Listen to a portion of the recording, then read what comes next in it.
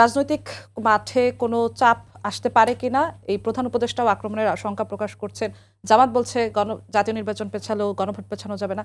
একদম ছোট্ট করে 50 সেকেন্ডে ছোট্ট করে হচ্ছে একটা গ্রাউন্ড তৈরি করা, নির্বাচন পিছানোর এটা গ্রাউন্ড তৈরি করা বলে দিল তো যে আপনি এটা স্পেসিফিক থাকবেন যে জুলাই সনদ ফেব্রুয়ারিতে হবে বা নভেম্বরে হবে, আবার না হলে নির্বাচন পিছালেও এটা তার মানে গ্রাউন্ড তৈরি করা।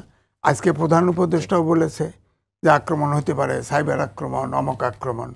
আসলে সমস্যাটা তৈরি করছে অন্তর্বর্তীকালীন সরকার, রাজনীতিবিদরা।